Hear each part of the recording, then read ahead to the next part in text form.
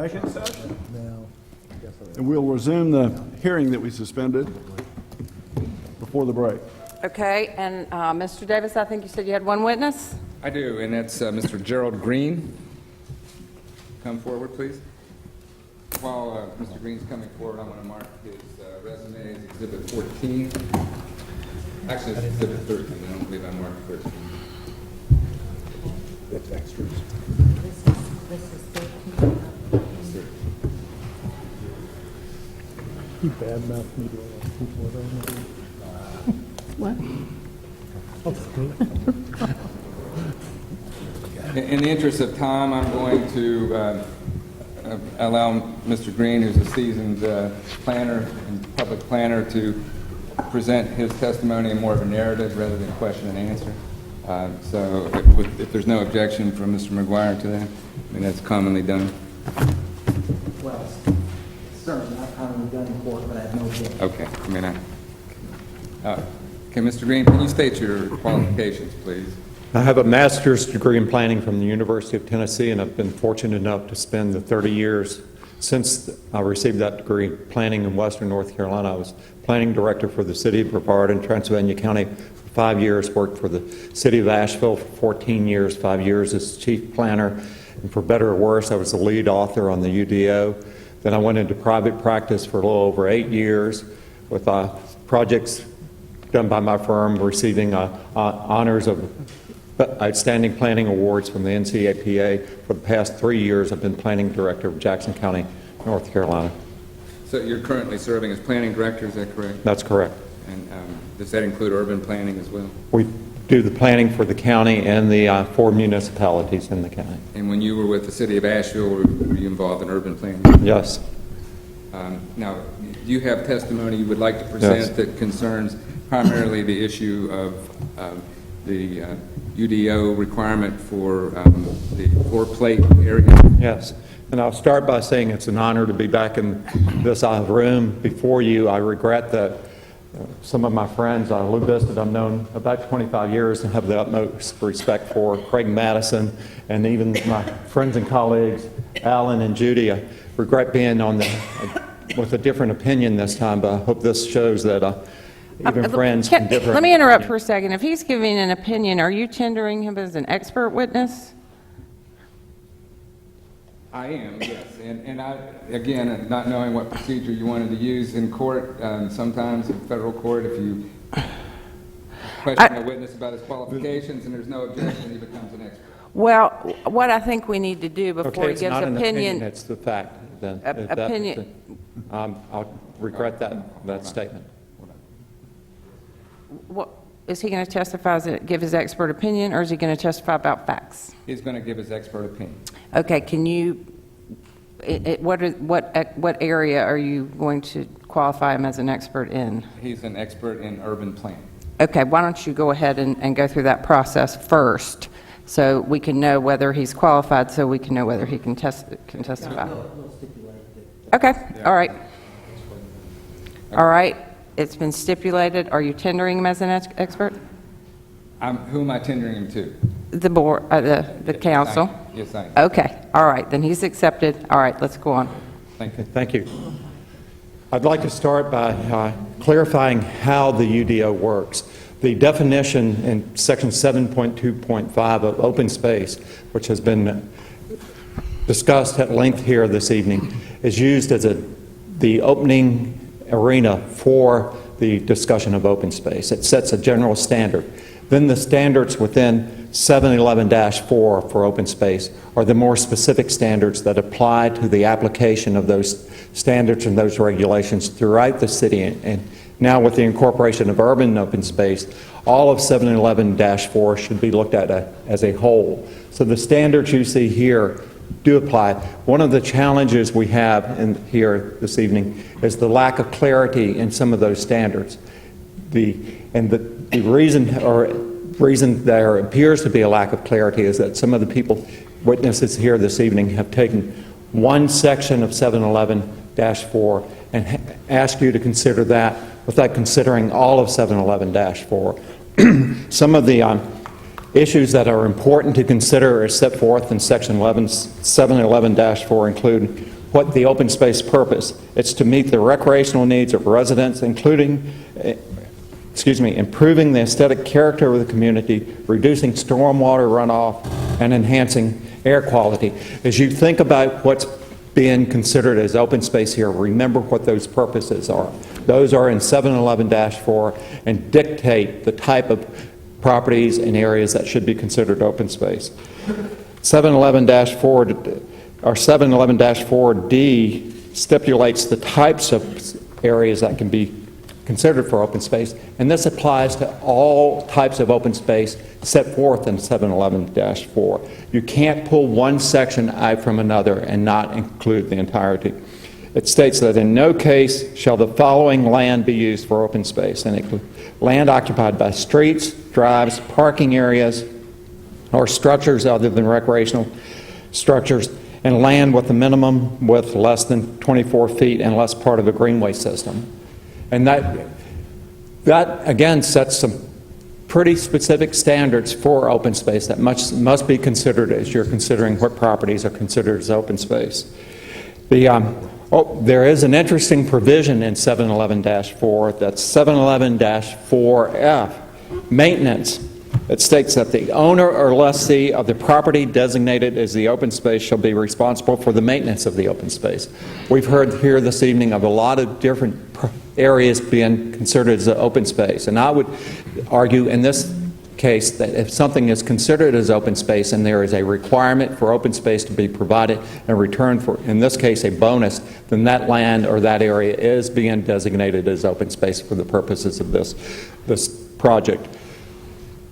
Who will be responsible for maintaining the area over the Grove Arcade? Well, are the owners of the Grove Arcade going to be charged with maintaining that for the benefit of the proposed development?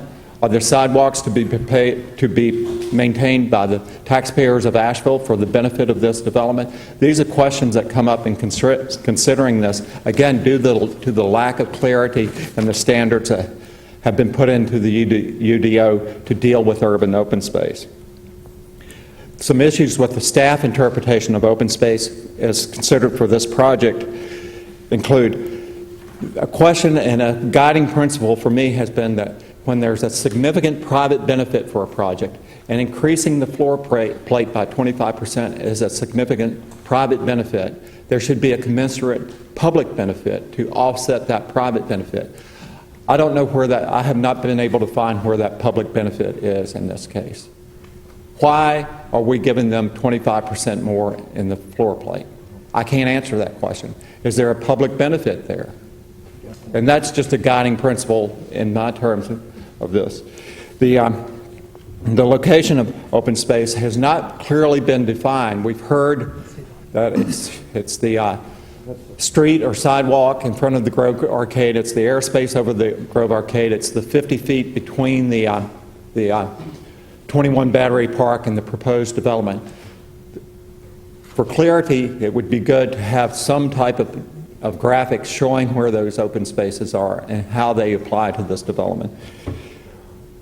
Well, and will this open space, once it's identified for this project, and this question was raised by someone else, will it be available for some other project? Can we have the same space used over and over again as open space for other projects? That question is not answered. These are significant questions that now you have to answer as part of this project. The use of public spaces, including sidewalks, as open space for the project have to be based upon a finding that the sidewalk is significantly in excess of the standard sidewalk requirements. There's been an argument here that the wider sidewalks are significantly in excess of the standard.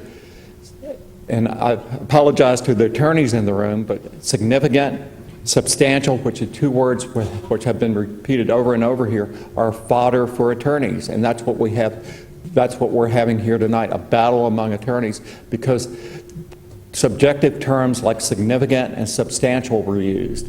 A guiding principle that another attorney told me when I was working for the city of Asheville was be clear and concise and let the developer know what you want. When you say significant and substantial, that's anyone's interpretation, depending on who's before you at that time.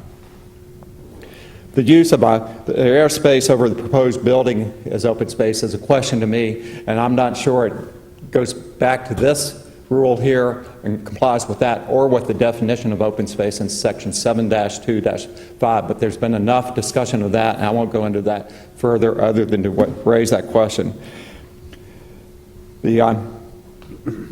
Counting the street trees, the wider sidewalks, relates back to the question of maintenance of those facilities, that the 711-4F says that the owner of those have to maintain them as open space for the benefit of this project. Again, is that what you want in this case? I have a big question about the setback of 21 Battery Park, the 50-foot being used as open space. The standards in 711-4 clearly state that areas used for parking and drives cannot be used as open space. But in this case, the interpretation has been made that that is open space because it provides light and air. I think that's quite a leap. And if that determination is made, how long before the parking lot at the Asheville Mall is determined to be open space for some development? I think we need clarity and more consistency and more direction with these standards than we have, so that the developer is not faced with these types of challenges and you are not faced with these types of challenges. The counting negative space above 75 feet as open space also fails to meet the purpose of the open space standards. And again, this is the area, the blank or negative space above that 75-foot section of the proposed development. And at this hour, I try to be quick. I've spent enough long hours in this building, so I won't go much further. Just in summary and closing, I want to say I think there has been a misinterpretation of the open space standards with regard to this project. The impact on the adjacent properties has not been fully considered with this. The implications for future developments. You're setting a precedent here tonight with your decisions. I don't think that the standards are clear enough for you to set that precedent. This project should be put on hold or denied until these inconsistencies, this lack of clarity is addressed with better standards in the ordinance that don't conflict with the provisions in the same section of the ordinance. And that's all I have. I'd be happy. Follow-up question on the record. And let me refer you, Mr. Green, to... You might want to talk in the mic. I'm sorry, thank you. Let me refer you to Exhibit 2, which is the 7-8-18 of the UDO. And this particular section deals with the floor plate area that you're familiar with, we've talked about. And let me ask, first of all, if A or B applied of that section, what would the floor plate area be restricted to? Objection, hypothetical, and that's already been resolved. As long as you agree it's 8,000 square feet, then... Well, I don't think anybody's asking to trigger A or B. Well, I know that, but I mean, if A or B applied, what would it be? It would be 8,000. And since they've used C, how many square feet are they asking for? 50% of the total floor or land area, up to 50%. Would that be 10,500. And let me just ask 10,015.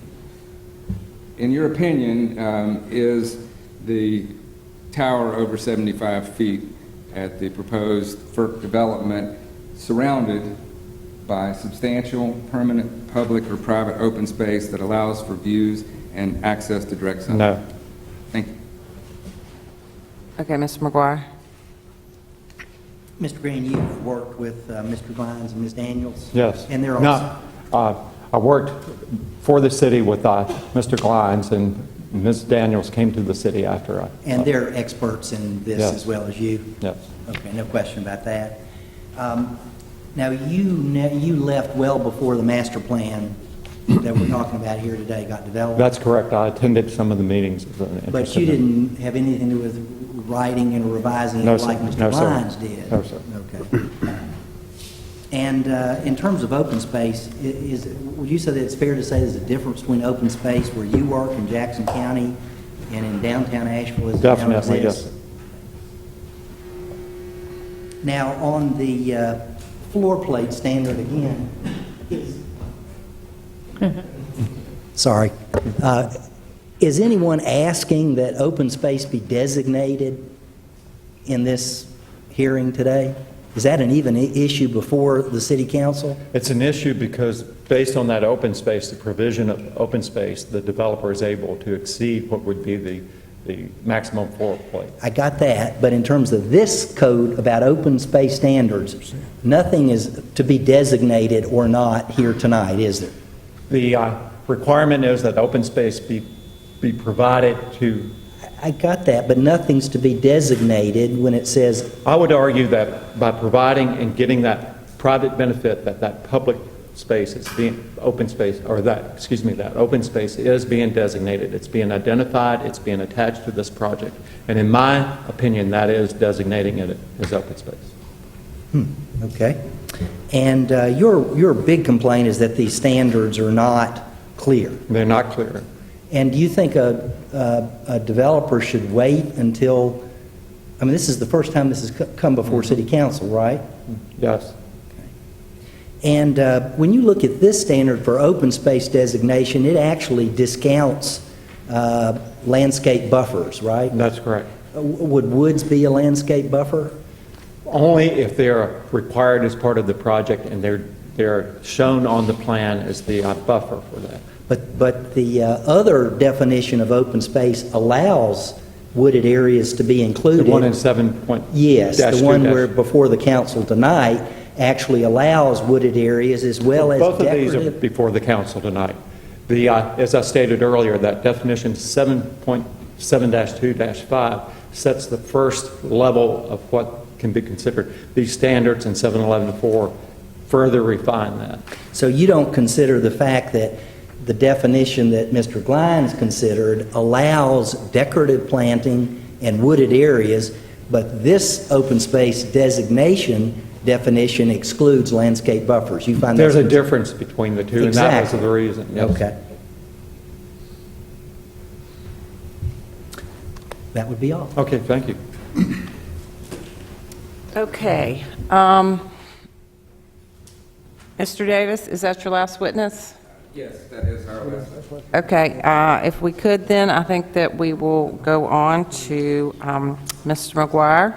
You prepared to go forward? Yes, we would call Judy Daniels, please. Okay.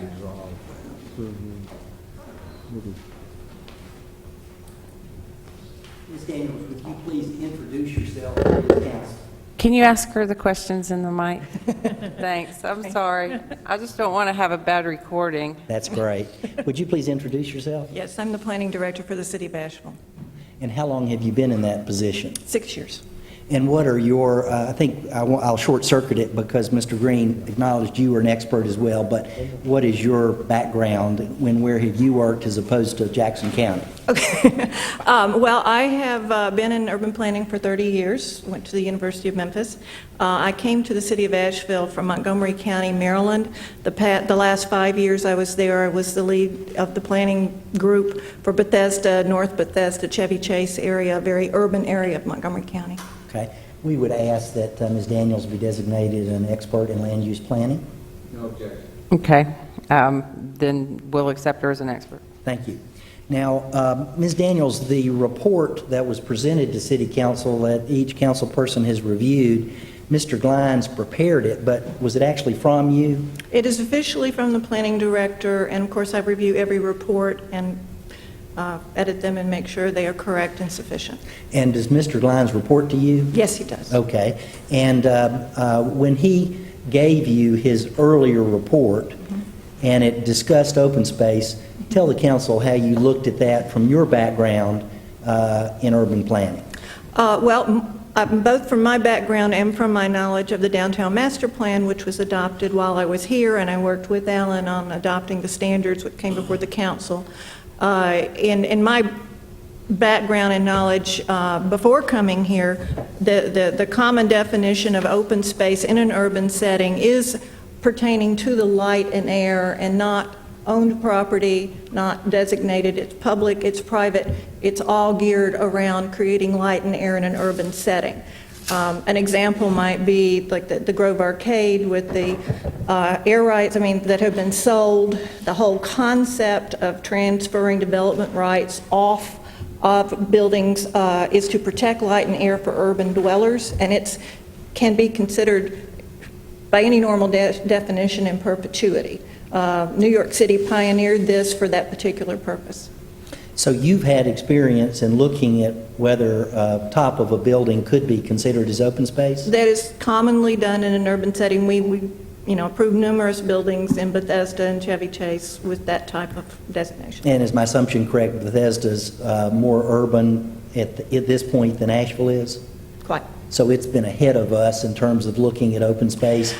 Yeah, I think it's worth knowing that the consultants who worked with us on the master plan are from Boston.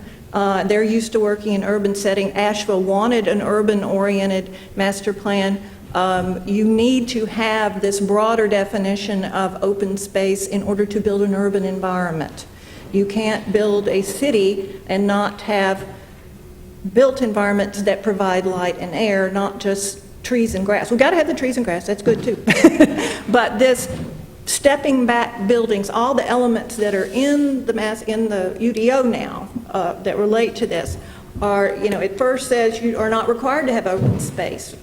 But if you go up and you're stepping back and you meet this floor plate, then you need to be surrounded by things that provide light and air to the urban residents and visitors, but they are not designated in the sense of being land. So would you say this definition is how council should be guided or not? Our estimation, that is not the guideline. Our first line is in the UDO, where we have the definition that's such as but not limited to, and we have the light and air knowledge, and then we go to the section related to the downtown CBD, and Alan went through the list of things that pertain to that. There's no hard and fast standard. It would be rather hard to do that, and that's not a common practice. So the open space that Mr. Glines considered has the not limited to. Yes. This open space definition for designation is very restricted. It's more of a suburban standard. And is the issue of designating open space before us in any way tonight?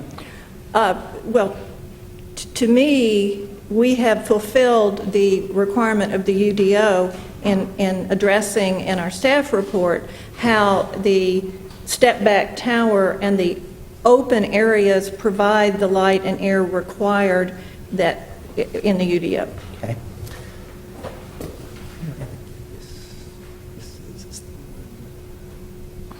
And recreational spaces. Can you help me get this, show this one exhibit, Oh, sure. please?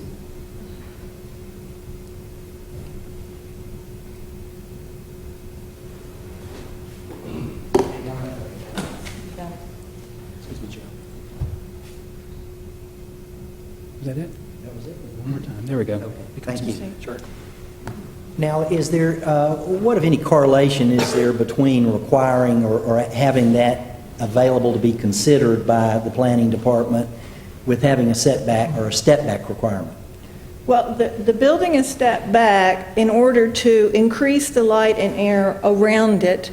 The recreational facilities provided, again, open up that, or within that urban definition of open space that can be public or private. The public can access it, and as we were pointing out, perhaps you can just go sit up there, perhaps you need to order a glass of iced tea or something, but it is accessible for the public. More than that, it provides those recreational opportunities collectively that are part of an urban environment. So you would find this passive recreation within the definition of open space?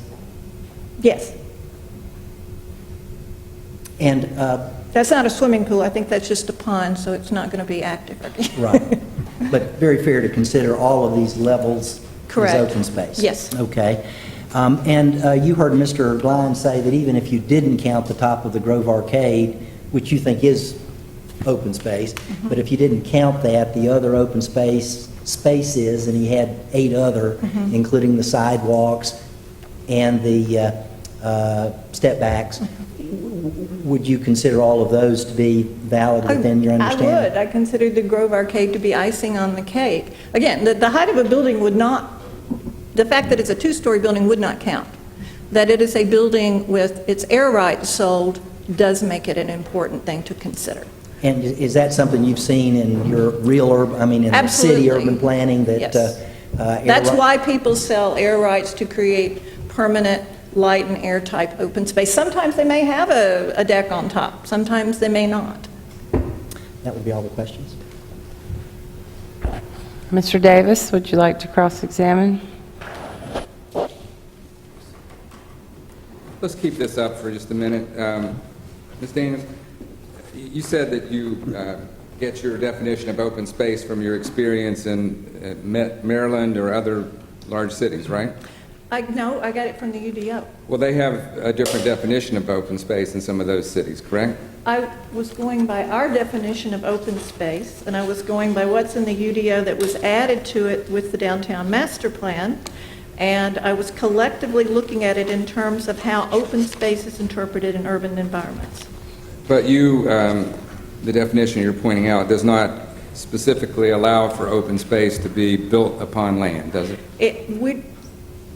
It's gone. What we went with, which is our standard, is a combination of the definition of open space in the definition section applied in the CBD, which talks about the stepping back from the floor plate and going up, and then you have to be surrounded by the open areas. And I don't have that in front of me. Can you give me the report? I'll read it.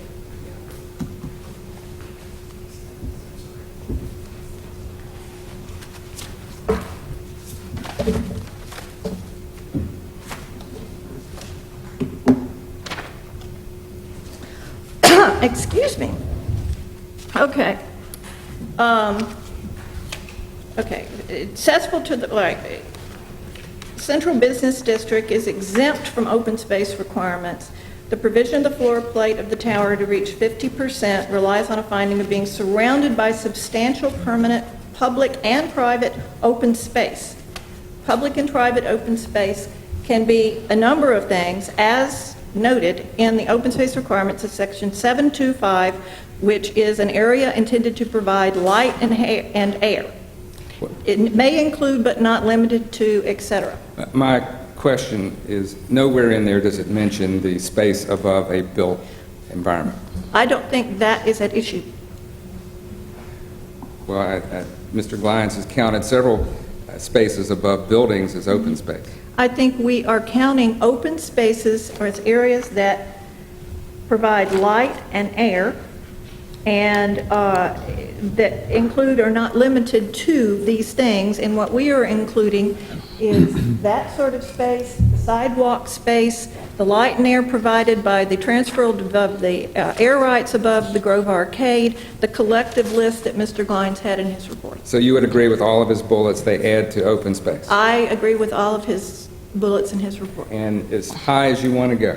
I mean, you can go hundreds of feet in the air and consider that substantial open space. In this case, for this building, this is what we considered open space. Parking area is open space. That is clearly not something we need to include. We had a list of what we did include that is pertinent to this project. And then you would read out of existence the definition of open space or the further refinements to the definition in 7-11-4. I think 7-11-4 relates more to suburban settings. We have a definition that says open space is an area intended to provide light and air. It may include, but it's not limited to. Then we have the guidance in the CBD standards, which says that open space, surrounded by substantial permanent public and private open space. We consider that open space, it's accessible to the public. We consider the sidewalks accessible to the public. They're providing light and air and recreational opportunities. passive in nature, sitting, enjoying, and for the surrounding buildings having light and air access to them. That is an urban I standard. understand that's how you're considering it, but it's not reflected in the UDO. It's not the way you interpret the UDO. It's not written in the UDO. It's not the way you interpret the UDO. Zoning law is subject to interpretation, as I think you said. Well, we understand that, but there's nothing in the UDO that says you can use the area above a building as There's open nothing space. in the way you interpret the UDO. We interpret it differently. Okay. Well, I think, ultimately, the city council. Absolutely. And now, just the final thing, in terms of the question that I asked Mr. Glines. I mean, since you've been at the city of Asheville, you have never used the area above a building for open space. In the city of improvable Asheville for. has not had many buildings built until recently. We've been in a recession. Is the answer yes or no? I am not familiar with every building that has been built in the city. This is the first tall building that has been approved since this UDO, this master plan was adopted. But I cannot answer to the past. any use of the word open We space would have before? we would have to do more research, which I am told, we only received this request a week or so ago, and we haven't had time to fulfill your request. I'm asking you as the person who approves all the planning reports that come out of your office. I have been approving planning reports for 6 years. In my experience that I have been here, there haven't been any proposed. There's been no proposed open space one way or the There's other. been no, that I recall, and that is, you are asking me to recall a body of work, or Mr. Glines to recall an extensive period body of work on the floor without having the opportunity to do our research. Well, I'm not asking you to do anything other than answer my question. You're So- asking us to recall information we have not had time to research. Okay. But as you stand here today, you're not aware of any time. that you've ever She's approved- answered, she doesn't have the opportunity, she doesn't know off the top of her head, I think is the answer. Correct. Okay. Thank you very much. Okay. Mr. McGuire? We have no further witnesses. No further witnesses. We do have the architects here. I think the issues have been narrowed down to the open space question, but if there are any other questions that, other than relate to that, which I think has been covered adequately, the architects are here, and I will make them available to answer questions if any city council member would like to. Yeah, a substantial amount, yes. Well, why don't you, has he been sworn in? Yes. Okay, why don't you bring him up here very quickly, Yeah. and let him state his name, and ask the council if you have any questions whatsoever of their architect. Mark Mucci with Mind's Eye Architecture out of Charlotte, North Carolina. I've been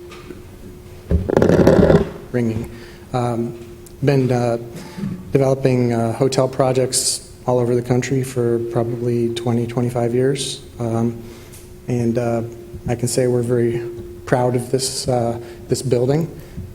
We consider these tight sites to be somewhat of a, we call it the balloon, because we've got an owner who needs a certain amount of revenue generated by the project. We've got city requirements, and we've got the public good that we all try to fit into one project, and if you squeeze too hard in one location, it pops out somewhere else.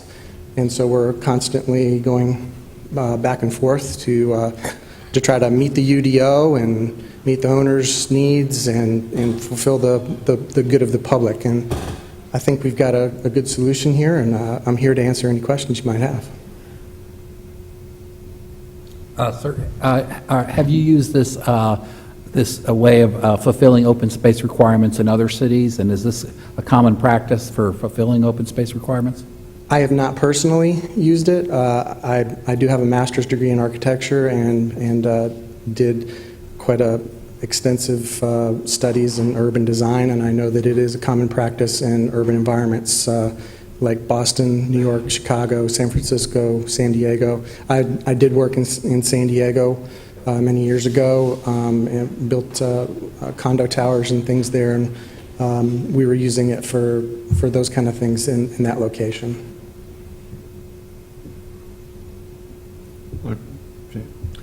Because, pardon me, because Mr. Green kept referring to the bonus that you were given, and I think there was some question about the dimensions of the building. I think that you answered them for Mr. Bothwell's satisfaction that it is 50% that we're dealing with. Yes, sir. We're not at 55%. I just wanted to clear that up. Yes, sir. The building has undulations and step backs, and those dimensions were as if it was a rectangle without any step backs within the facade. Those step backs in the facade also reduce that square footage. You know, and I appreciate that, and frankly, I think, and I'm finished, if anyone has a question of development. I participated. Let me check where we are. Are we moving on from questioning? and Yeah, I toward- am. I understand. Okay, so, yeah, let's not move Okay. toward resolution. Okay. Let's make sure we get all the testimony. I'm good. Okay, and you have no more witnesses. Anybody have any more questions of this witness? Okay, now, just keep it to a cross-examination of what he has testified to. Okay. I'm sorry, I missed your name, sir. Mark Mucci. Mr. Mucci, you just testified that this was subject to the 50% floor plate requirement for the limitation of the floor plate area, is that right? Yes, that was what was approved by... And that's only because of the open space. It's only if substantial open space is provided that you get to that 50%, correct? That's my understanding. And if it weren't for that substantial open space, which we're asking the council to make a finding on tonight, it would be restricted to 8,000 square feet, right? I believe that's correct. And that's the bonus that we've been talking about. Your client's getting an extra 2,000 square feet of floor plate area as a result of providing, in the way that we've discussed all night, substantial open space, right? On individual floors, that's correct. Above 75 feet. That's right. The tower. Now, it is feasible to reduce the width of the tower from its current width of 140 feet to 100 feet, correct? Yes. I mean, and you could go higher than you are currently being allowed to go at 132 feet, That's correct? not economically feasible. The structural system that we're using is limited to 8 floors above the podium, and if we increase the height of the building, we would increase the cost of the structure to the point where Mr. Froggle wouldn't want to build it. Under the UDO, you would be permitted to go higher than 132 That's feet. correct. And approximately how high? We could get 2 more stories, I believe. And how many rooms would you sacrifice if you moved from 140 feet width to 100 feet width? Jenkins is outside the scope. I agree. You are asking him a direct examination. Okay.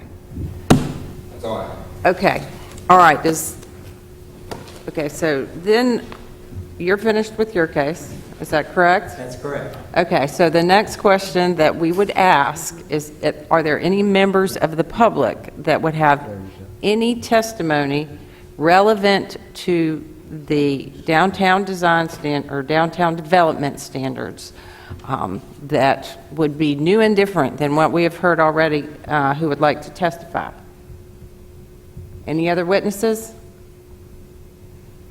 Okay, seeing none, I think at this time, and really, let's keep it brief because we've gone on for quite a long time. I think that we can make a short, do y'all want to make a short closing statement, or are you good to rest on what we've done? I'm fine to rest, given the hour.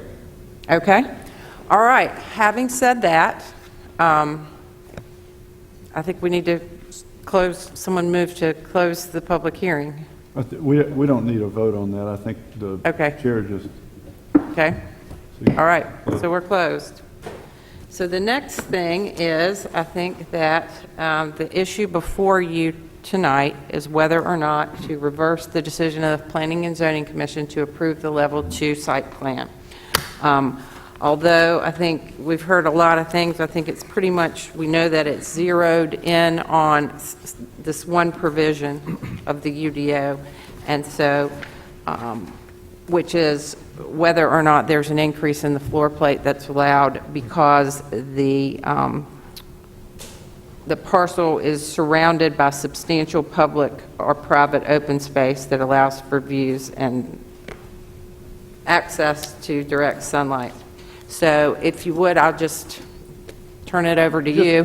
For clarity, I think just assuring that council understands the scope of what our authority is here. This is, and tell me if I'm wrong, this is about our interpretation of the UDO as it's published, not our opinion about whether it's right or wrong or what somebody might have meant by writing certain words.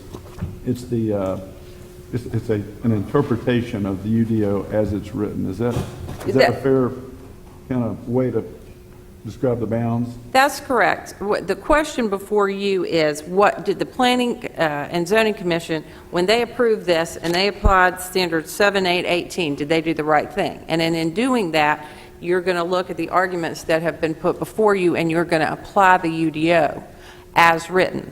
Now, as you do that, there are terms which and provisions which one side may say, you know, should mean something, and the other side may say mean something else. And, you know, if you were to go to a court, they would say, well, if you're trying to make that decision, then you need to ascertain, you know, what the intent of the UDO was.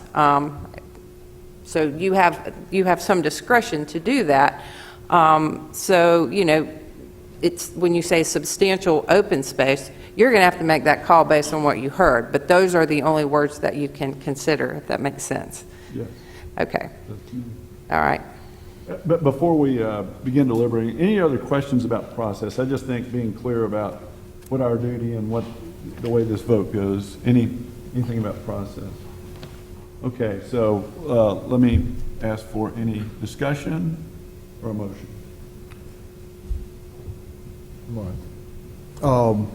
I had I'd like to say good fortune, but I consider it good fortune. I was very involved in the downtown master plan. So what we're really doing here, we're talking about kind of two different things. They dovetail, but the UDO, of course, is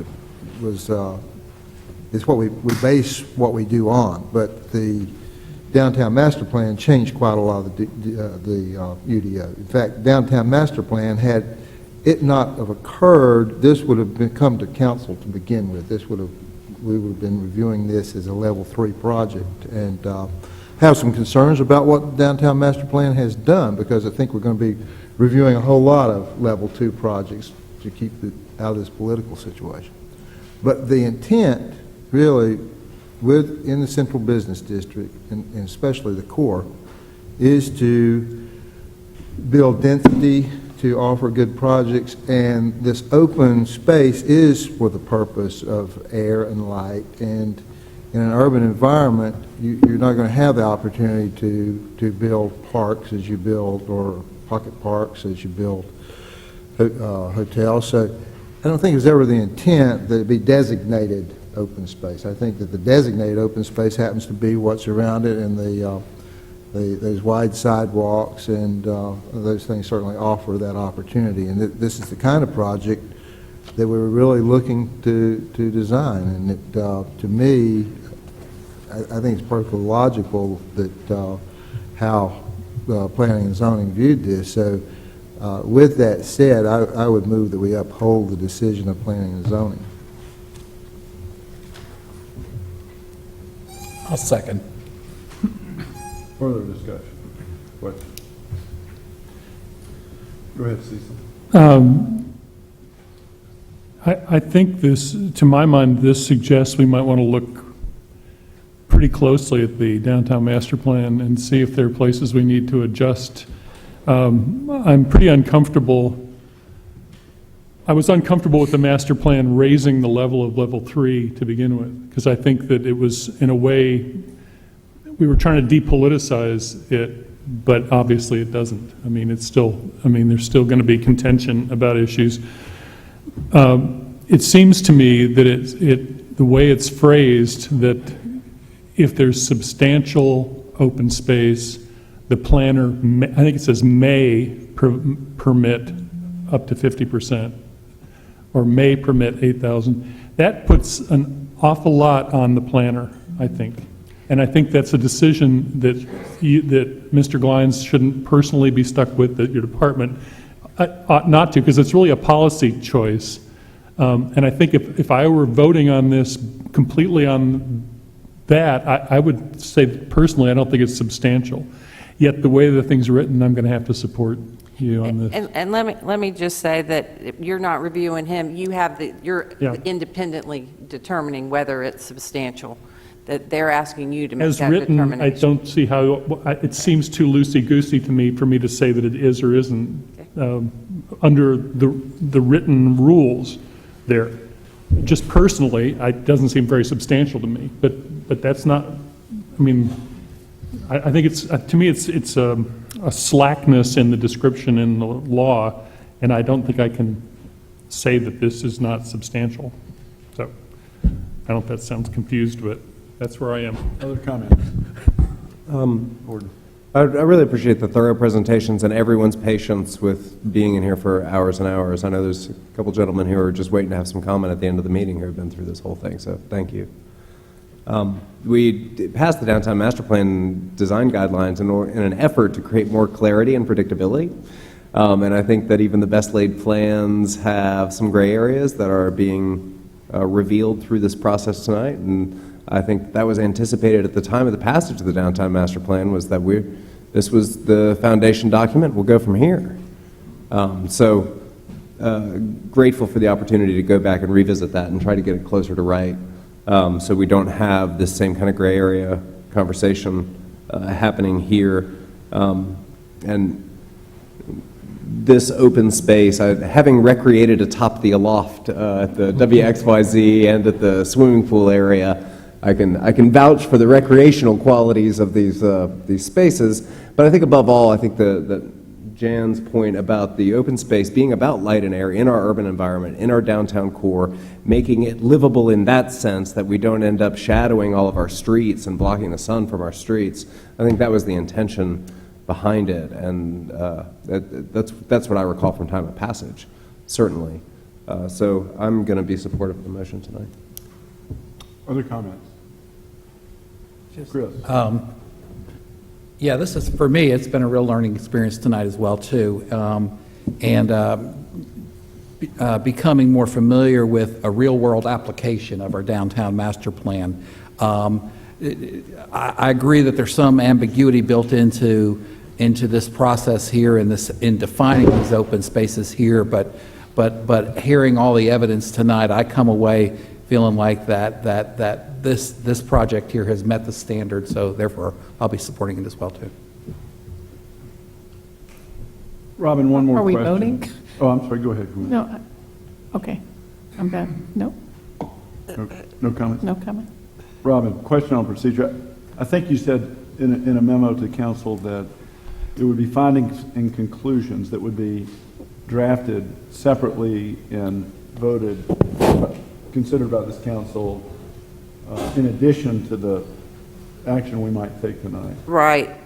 The law requires that we do, or you do, the city does, the council does, written findings of fact and conclusions of law. And my suggestion was that you vote tonight either to approve or deny, and then the findings and facts and conclusions of law would be drafted based upon the evidence, and then they'll come back to council at the next hearing for approval. So any appeal time would run from the second date once those written findings and conclusions have been provided to both of the parties. So tonight, you'll just have your vote, and then we'll get the written findings, and they'll come back to you at hopefully the next meeting. Yeah, 2 weeks from now.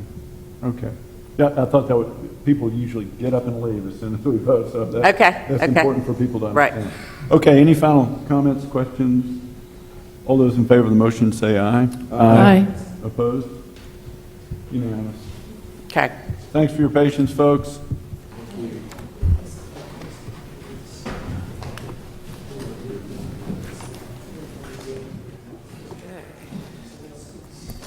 Vice Mayor, this might be an appropriate time to ask the council's favor in excusing the mayor for the remainder of the meeting. She would like to be excused and not come back.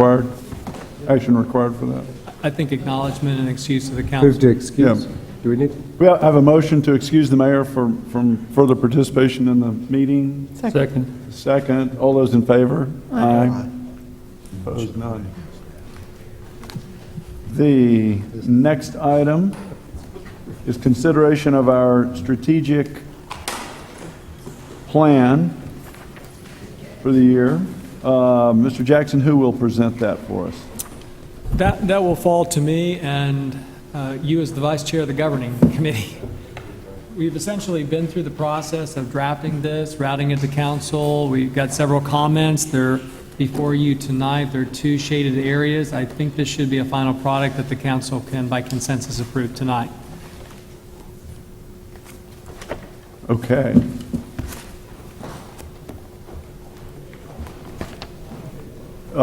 Everybody gathered that it is the revised, the slightly revised, fairly non-substantive revisions to the document that was provided to us. Any discussion, comments, suggested amendments? I move to approve as presented to us. Second? Second, with much gratitude for the process that got us here. And well captured. Yeah, I think I was pleased that we got some of the action items narrowed down so that I think they're going to be a lot easier to, in a year from now, say we succeeded or we didn't succeed, as opposed to, well, we made progress. My take is it's always a work in progress. Right. You know, it never ends. And for the public that might not understand this process, very quickly, back in late January, as we do each year, at about that time, the council holds a retreat, lays out strategic goals for the year. We often look back at the prior plans, tweak them, modify them significantly. This year had a little more modification than normal. We continue to mull that over individually in conversations with the city manager, and it all culminates here with the document we've got in front of us tonight. Any further comments on the motion and the second? All those in favor? Aye. Aye. Opposed? Before we move to public comment, our final item is boards and commissions, determination of who, if anybody, to interview for 2 different committees, Community Relations Council and Downtown Commission. On the Community Relations Council, we understand that there are active efforts to develop additional candidates underway in the community, and the committee recommends that we extend the process 1 more month to the, that would be the first meeting in January, I said January, in June, the other J. And then the second consideration is the Downtown Commission. We have 3 candidates, Keaton Edwards, Pam Winkler, Ryan Israel. The Board and Commissions Committee recommends that we go ahead and appoint Pam Winkler tonight. And I guess that would be a motion on the part of the Boards and Commissions Committee. So moved. Second. Any other discussion, additional nominations? I would like to say that we had good candidates there, but Pam Winkler is a resident of the downtown. She's a member of the Darn Association and artist, and she brings a lot of skills to the job. Great. Any other comments? All those in favor of Pam Winkler? Aye. Opposed? Okay. Public comment time has arrived. I have a few here. Thank you for hanging in, folks. Top of the list is Timothy Sadler.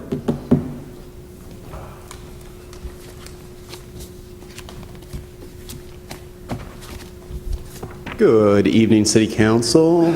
I know we need to keep Asheville weird, but that was one heck of a welcome to the new attorney. My name is Timothy Sadler, and I have a few comments here this evening. The first is the great event that was Caleb coming back home, and I happened to be on Haywood Road during the police escort. When he came in, in the back of my mind, I'm thinking it was either the president or the governor had somehow appeared in town. And of course, it was Caleb, and had conversations with a few folks, and it was kind of a concern that there was money being spent for this event, and just hoping to get clarification on if American Idol did make some contribution to pay for that expense. Also, I have been using the transit system less, but do use it from time to time, and recently was there at the transit center and used the restroom, and couldn't help but think about how much in disrepair it is, and how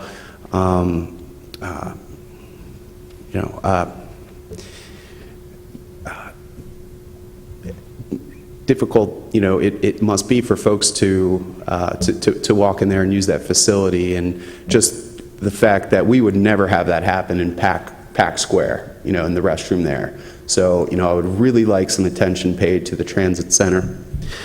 Also, I showed up at a board meeting recently, and it learned that it was rescheduled, and I brought this up with Tom Downing and Maggie as well, and just feel like we might be able to have better civic engagement if we had a more user-friendly calendar that has all of the boards and commissions listed. I know that most are, but in my estimation, there's about 40% of those meetings not listed, and certainly not kept up to date in real time. So wonder if there's any work that can be done there.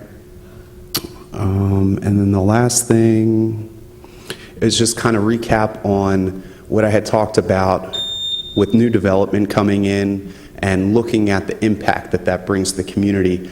We could create a position in the sustainability department for impact analysis that would look at all of the things related to sustainability, and just wanted to put that out there, impact analysis. Thank you for your time. Thank you, sir. I was going to address staff. The restrooms at the transit center, is that a contracted thing, Gary, or is that staff? We'll check it out. Okay, great. If you could kind of... Check out the restrooms. The boards and commission schedules are being updated. We're being updated after your visit. Appreciate you flagging the tardiness of that and incompleteness of that.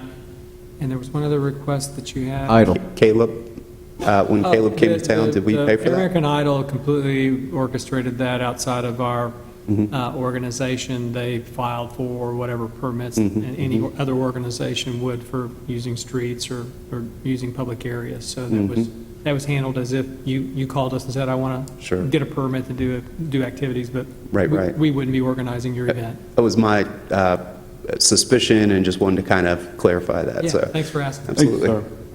Thanks, Carrie Trammell.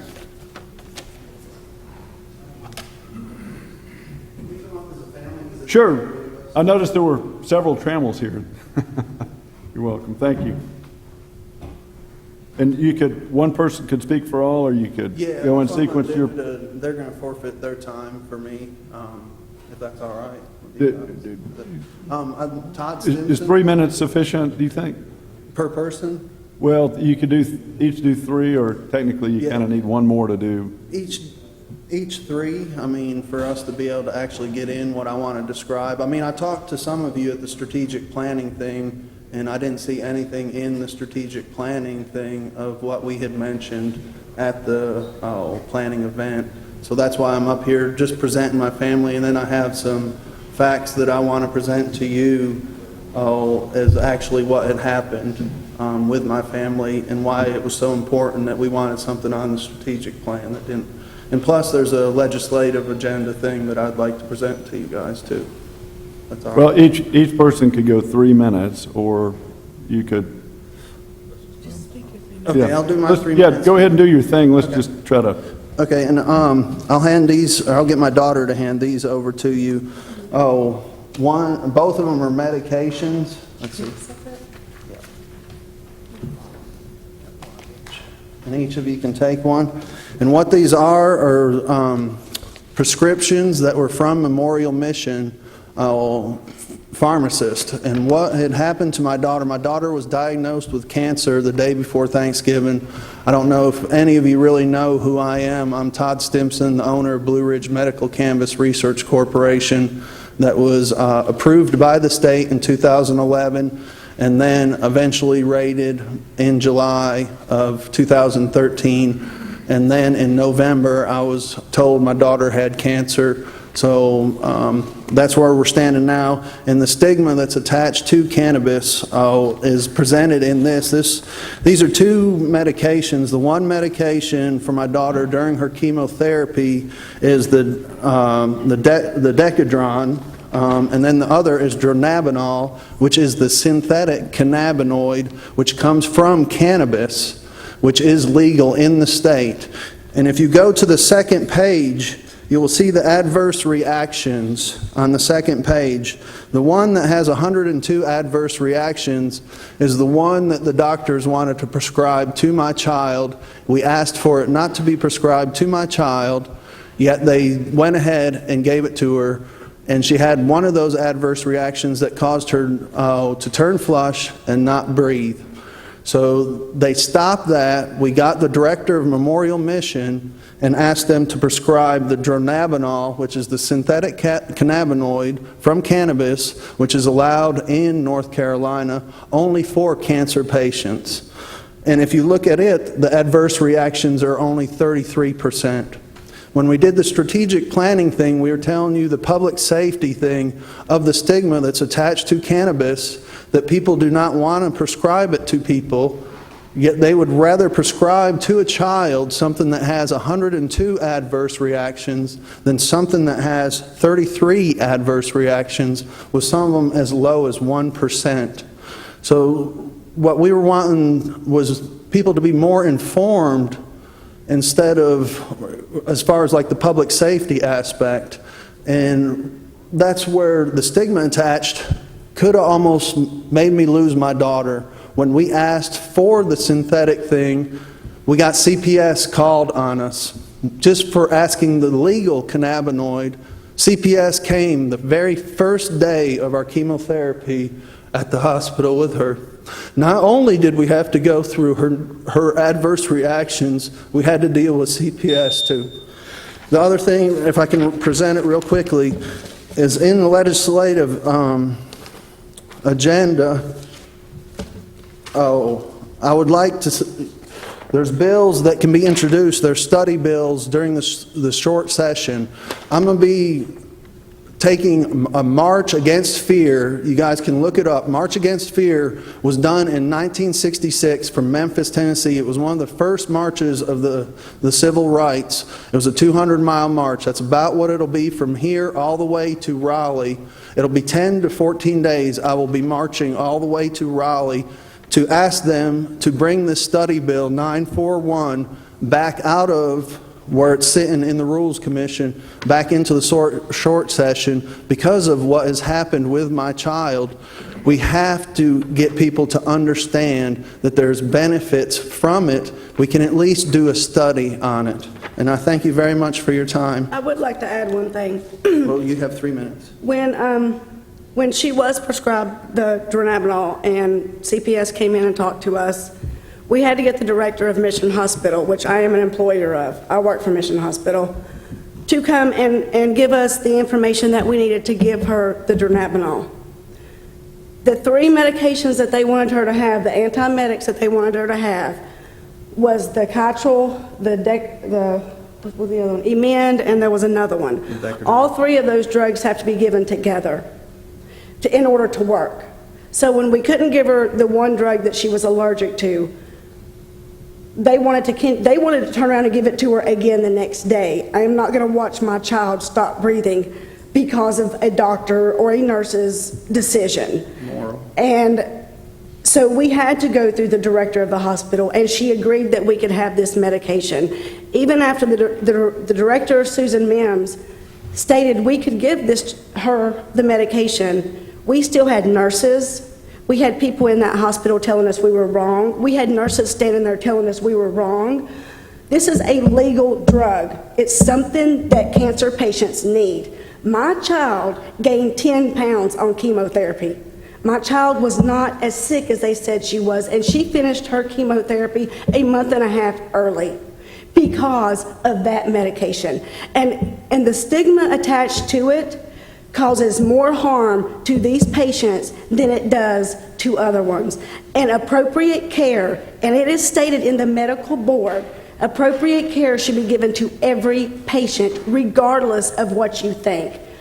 A month after she was already going through the treatment, we went back for another treatment. This is 6 days of inpatient chemotherapy. The orders were wrote wrong, and we asked the nurse to contact the doctor. That nurse refused to contact the doctor. So the orders were wrong. So after my child had her chemotherapy on that first night, she threw up for 6.5 hours because that order was not correct. Even after we stood there and told the nurse it was wrong. How can they stand there and tell you, oh, I don't want to give that to that patient. That's my moral decision. Well, let me tell you, this is my child. And this is my child, and I am going to treat my child the way she needs to be treated. I don't care what anybody thinks. And I know if I'm standing here thinking this, there are other parents, there are other caregivers standing here thinking the exact same thing, but they don't have the guts to stand up here in front of somebody and say it because they're afraid they're going to get in trouble for it. I lost my job at Mission Hospital for taking care of my child through FMLA because they don't want her to have the Marinol. And the stigma attached to my court date, because News 13 did a good coverage of our court date stating of the cancer. They saw her on the news, and that's why they said they had a bad thing. They said that she was abusing her FMLA. She was not abusing it. We went through a process of 5 weeks. She finally got her job back because we showed the evidence. Every time we've got to go in and show evidence, true things. They don't take our word at all. Okay, you can. I'm Ariel, and I just want to say like 2 things. One thing is with the nurse that didn't give me my medicine. After we went back for my last round of chemo, nothing happened to her. She didn't get, I don't know if she got like reprimanded or anything like that, but one thing that I feel is that if somebody refuses to give you the medicine that you're prescribed, they should get fired. They shouldn't get reprimanded or anything like that. They should get fired. That's disrespectful to the person that needs the medicine. They're not going through that thing. If they were going through it, they would want the medicine that they need. Nothing happened to that nurse. She was still going on with her job and everything. And then with one thing is it's with the doctor that we had that helped me with my chemotherapy and everything, she was trying to give me Benadryl, and I didn't want Benadryl because of how it affects me. It makes me to where I sleep almost 20 hours out of 24 hours a day, and I don't get the movement that I need. And I told her that it's my body and I will choose what I want to take. If they prescribe it to me, I'm not going to take it if I don't like the reaction that I get to it. Okay. Thank you. Thank you. Now, I really thank you, and I'd like, if you can, put that onto your legislative agenda. I don't think that's ours. And the reason I'm doing that march is to get attention for people in our state, because there's 3 bills that have been denied, not even looked at in our state because of the stigma that is attached to it. It's time that everybody in this country moves forward. We've got to move forward to help people out, not hurt people anymore. Thank you. Thank you. Thank you. Vice Mayor, may I speak for a minute? Before you all walk out of the room, I just want to make sure that you all hear this. This isn't the first story we've heard about some of the injustices that are evident in various systems in regards to cannabis, and whether we're talking criminal stuff or medical stuff, there's a lot of this going on. I think that this family's request for simply to support having this move to a study committee is a really reasonable request, especially given their circumstance. And I don't know exactly what steps forward, what other council members might feel around that, but it's certainly something I'd be comfortable with. Me too. So let's agree to take this up in our process of, we have routine processes of looking at what we'll advocate for at the legislative level, so let's fold it into that. Thank you. Thank you very much for your time. I really appreciate it. Thank you.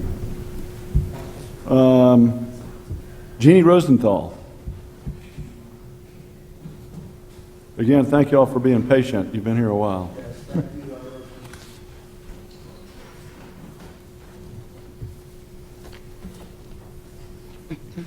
Thank you. I had a chance to speak here not too long ago regarding partnership property management and some low-income housing here in Asheville and some of the things that were going on, including their introduction of electronic cigarettes into a formerly non-smoking building. And some things have advanced since then. After many, many trips to Mountain Housing Opportunities, finally I had a chance to speak with Scott Dedman. He was very unpleasant, and I got the feeling like he was nervous, scared. I don't know. I figured that since Mountain Housing hired Partnership Property Management, that he was their boss. But of course, Partnership Property Management is much larger, wealthier, et cetera. And so maybe that's where some of that was coming from. But when I asked him to essentially fire PPM and get someone more responsible in that position of overseeing all these properties in Western North Carolina, he said, well, put together a package proving to me that electronic cigarettes are bad for people. And to me, it's kind of a no-brainer. Of course they're not good for people. I know all the different symptoms that I've experienced. All my life, I've really been proud of having really good health. Take care of things, eat right, et cetera, et cetera. Go to my annual exam, and they ask you, how's your health? Good or excellent. All up until this last quarter of this past year when they introduced electronic cigarettes and people started smoking the dry leaf as well in the building. So at any rate, he said he wanted proof, so I went home and mulled that over, and I finally realized that I could give him proof that electronic cigarettes were dangerous for people, and I could use Partnership Property Management documentation to prove it, because in some of their documentation, they were saying, you know, we're going to let electronic cigarettes in there, and we're going to wash our hands of the whole deal, because once you get electronic cigarettes in there, you can't tell people are smoking the dry leaf also. And everybody knows that dry leaf is hazardous to people's health, and so hence the proof. But when I took the materials back to him, he wouldn't even give me the decency of response to the package that I gave him. I was very disappointed in that. By comparison, Partnership Property Management, they're pretty slick. They're haughty and cynical, and they'll do things that they know are totally different from what people think that they're saying. So it's a real difference in approaching these two. I did prepare a package, and hopefully you all got a copy of it. Okay, thank you. And I would especially call your attention to two things. It's a real good comparison. Can I? Quickly. Okay, one is this article that was in the Asheville Citizens Time. This is a real nice picture of PPM. They're wanting to have no smoking, blah, blah, blah, and health and safety. But then if you look at, and this is what the public got, including the council members, but then if you look at the third of the three lease addendums that they gave us, and look at the second page, and look at this, and all that they talk in there about is how they're washing their hands of the whole deal. They're not going to even try to if people are smoking dry leaf, they're not even going to try to do anything about it. And so the whole place is smoking. There's people in there on oxygen. They've got signs on their doors, so there's live oxygen tanks all over the building, and they're smoking, including the electronic cigarettes, which can explode. It's very dangerous for the tenants and the children and even the little dog in the apartments. Thank you. Thank you. Jillian Kearns.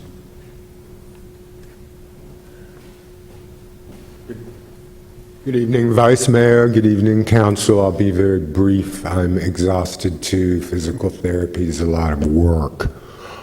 I'm going to first off thank Mr. Jackson for his wonderful staff.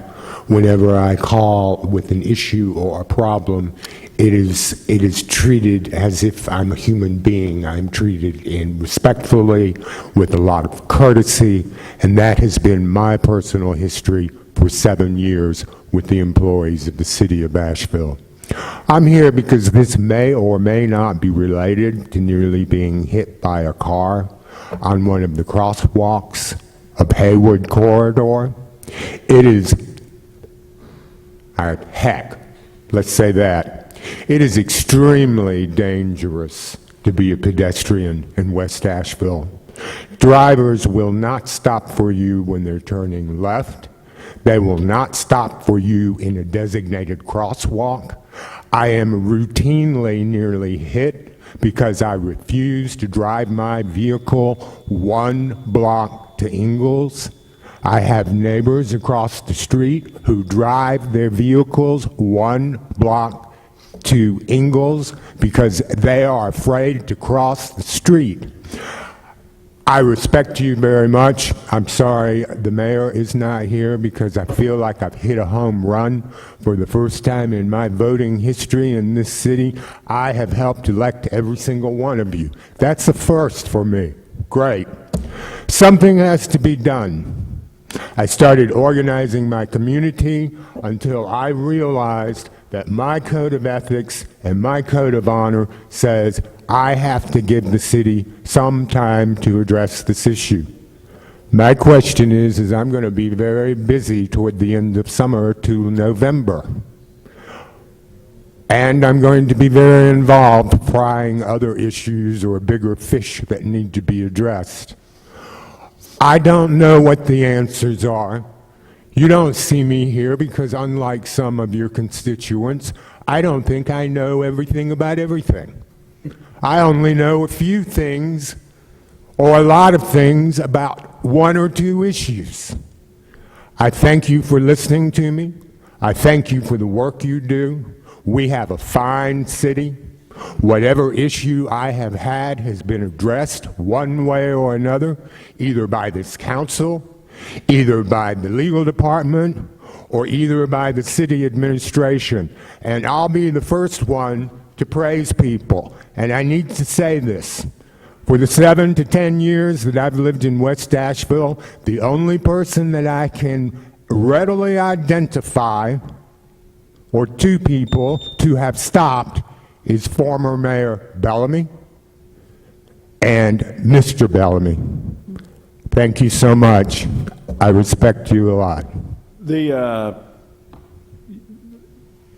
pedestrian and vehicle and bicycle situation on the Haywood Road is a topic that has come up often among this group. And Gary, can you, off the top of your head, can you describe a little bit about going forward, the corridor plan and some other things that might be underway? Yeah, you're right. And when the West Asheville Haywood Road vision was completed, as you'll recall, the number of sidewalk crossings and improving that situation of pedestrian safety, even when they're not crossing the street, just going down the sidewalk is hazardous and was mentioned as repeatedly as the biggest concern that would make the biggest immediate impact and improvement. What I can do is report back to Mr. Carnes and to you all just what the next steps are in trying to address that. It's been identified as a concern. There's a long-term vision to take those out.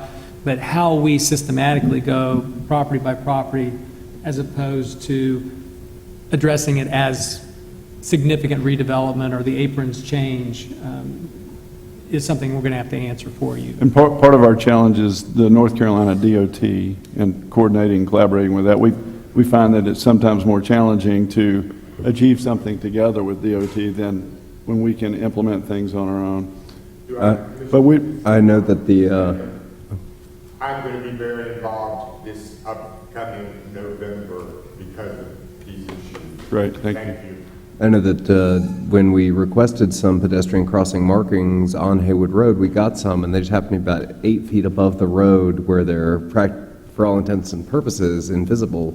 So I think that making that connection with DOT around how to get the right signage, how to get the right enforcement, and how to have folks that are active in the community be there to help educate the community. And it doesn't seem to me to be an expensive solution. It's just one that's going to require some sustained and effective effort. Determination. A little grit. We could make Haywood Road a pedestrian mall.